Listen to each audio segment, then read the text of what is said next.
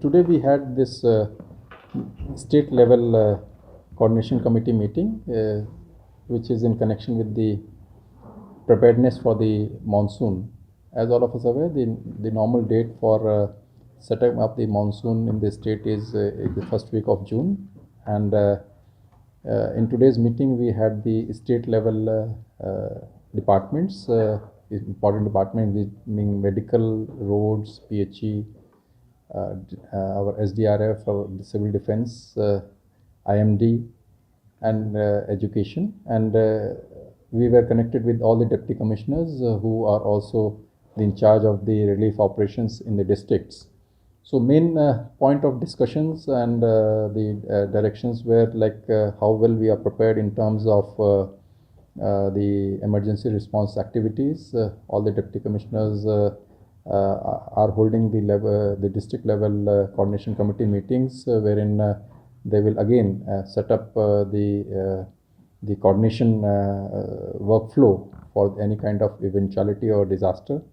They have been directed to do the vulnerability assessment, which anyways they are doing it. We have just emphasized upon it so that we go by the experience of the past and take appropriate action. The district level disaster management plans have been updated by the deputy commissioners. The resource mapping, what kind of resources are available in terms of equipment, in terms of machineries at various locations, and whether we are updated on that or not. The list of nodal officers, as we are aware that due to elections, certain changes have happened at various levels in terms of transfers of the officers.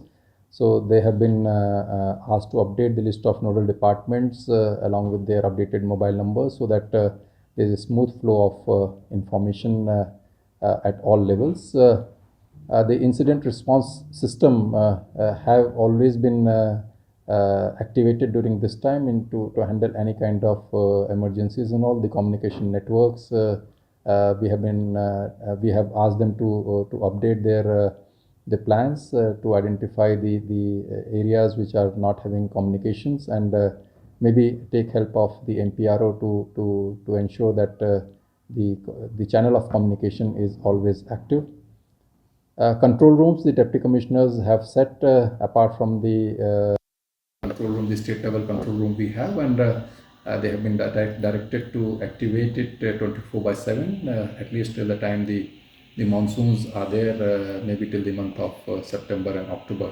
So these were the points. We are well prepared in terms of the upcoming monsoon season, and as far as relief operations are concerned, there has always been a practice that we place the funds in advance with the deputy commissioners to handle any kind of eventuality. This year also we have done the same. Almost around 20 crores of rupees has been placed with the deputy commissioners to handle any kind of eventuality. And I would like to highlight one more thing, that as reviewed by the Honorable Chief Minister at the state level disaster management authority level meeting, we have observed that there were certain bottlenecks in terms of release of the funds to the beneficiaries at a shortest possible time, and that has now been taken care of in terms of delegation of certain powers to the deputy commissioners. And I'm very happy to inform you that in the last one or two events which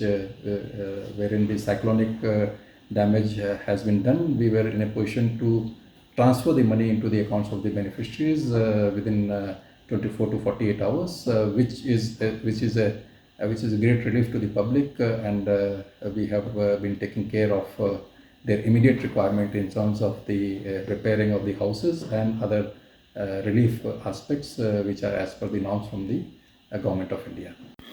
Pre-monsoon rainfall, what was the estimated loss due to these damages?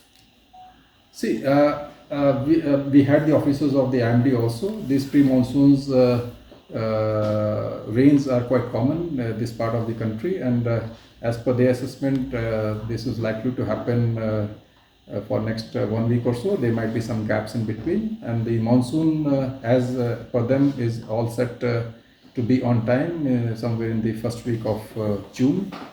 As per the current assessment, the monsoon is expected to be normal and above normal, so we can expect sufficient rainfall this rainy season. And the damage which you are talking about, those were more of the category of the disturbances in terms of cyclonic disturbances and all. If you talk about this year, I have some rough figures. We have roughly around 2,800 households which have got impacted in terms of either partially damaged to their houses or fully damaged, and this is what I was mentioning about, that we are trying to release this immediate relief within 48 hours to the beneficiaries, and most of the deputy commissioners have given us the information that the relief have been given through the DBT mode into their account, apart from immediate requirements of distribution of the CGI sheets to them. So any death or loss of? 5 of them, but not with the recent. I have the figures, cumulative figures for this year. This year. Weather is always unpredictable. I've seen in many occasions and many incidents, natural calamity always it's because of man-made calamity. So during the meeting, what are the challenges that you have highlighted or detected, and the measures to be taken?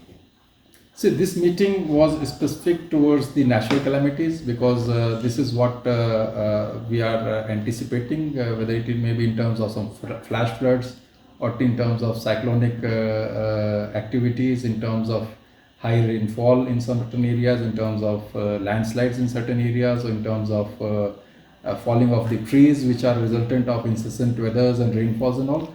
We have covered all those aspects. Man-made disasters is a slightly bigger topic, and it needs to be linked to the vagaries of the weather, which ultimately lead to disaster. But overall we have discussed it, and whether it is a natural cause or a cause which is wherein the human beings are also part of that cause, whatever it may be, what we are dealing it as one entity, and we are planning to have our preparations done accordingly. So Well- landslides are major concern during monsoon. So whether the government has identified these landslide prone areas and advisory. We have done certain bit of mapping. In fact, NISAC is also helping us out. We have recently got certain data regarding the vulnerability mapping of the landslide as such, but that is more on the basis of the past experience, and we have been sharing this with the deputy commissioners so that they can be slightly more aware of the probable areas where these kinds of landslides happen. But as we are aware, the topography of the state is so that we can't very pinpointedly predict that the landslide might happen at this location or that location.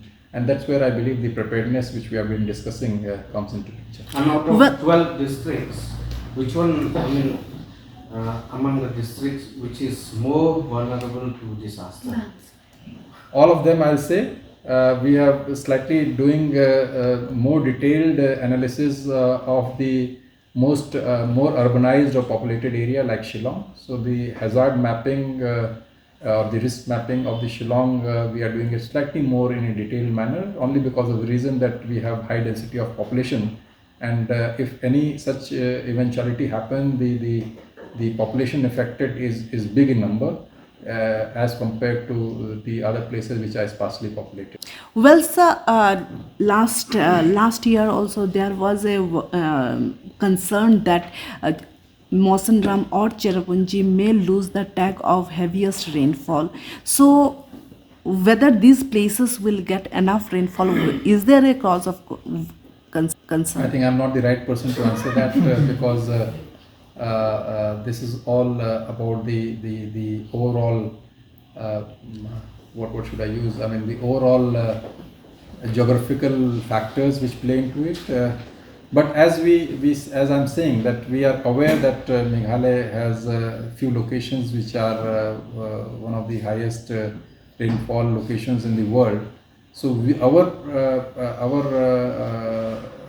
focus from that point of view is that how do we handle any disaster from that eventuality point of view. and we are focusing on that, and I'm sure all the deputy commissioners are on the job to handle any such eventuality. How many deputy commissioners attended the? All of them. With the rain comes the issue of drainage. So this would be more relevant, I believe, in the urban areas, and I mean, we have experience in the past, like for example, Shillong. We have experience in the past about certain flash floods in Wamukra and all, and the municipal authorities have been told to look into this aspect wherever it falls into their area. In other areas, I believe the concerned local authorities are taking. We have requested through the deputy commissioners also and otherwise also to take care of the clogging of the drainages so that they are cleaned in time and they don't eventually lead to flooding of certain areas. So is it each district or in No, in totality, depending on the requirement and the size of the district. And it's part with state government under which purpose fund or straight with the deputy commissioners? It is straight with the deputy commissioners and they can draw this money for handling any kind of eventuality. No, I mean, since 20 crore is for all districts, so we have to know like each district how much. Oh, that figures I have to give it to you then. After this meeting, I'll give it to you. Don't worry. Regarding this, you have mentioned about 2,800 household. Is it this year only? This year. We had, if I remember correctly, at least 4 or 5 major rounds of cyclonic disturbances. So these are the calculations. I mean, I can. These are from the state. And from the National Disaster Relief Fund, how much we are projecting, we are anticipating that we are going to get? So the concept of NDRF is when you exhaust your own funds of SDRF. So SDRF, we roughly have a allocation of roughly around 60 to 70 CR per year. If you cross that requirement, and that normally happens when you have a major catastrophe, so that our funds are not sufficient, then we raise that memorandum to the Government of India to give us the funds, and Government of India accordingly, based on the assessment, they provide extra fund from the NDRF. So it's the same fund basically. I mean, this is the same amount. Part of it is placed with the government of Meghalaya or any other state government into the under the name of the SDRF. And when we are so overwhelmed by the requirement that the money available with us is not sufficient, then we request to get it from the NDRF. So on 31st March. Huh? 31st March. As on 31st of March. 31st March. Oh, 31st March till date. So last maybe 45 days. 20 and these 5 deaths from This is also from 31st March. These are, I can tell you, this is one of them is in Mairang block, other one is in Bhairambom. Take a photograph. Huh? Yeah, I can photograph. The names and everything are here. We can. Are these all cyclists projected there? 1, 2. 2 of them are cyclone, 3 of them are drowning. So these 2,800 houses impacted only by heavy rain or by cyclone? Cyclone. Only by cyclone. Cyclone combined with heavy. Hailstones. Yes. Hailstone, of course. When the hailstones are there, you damage 5 the deaths are roof, from tin roofs this and all. since 31st March. March, April.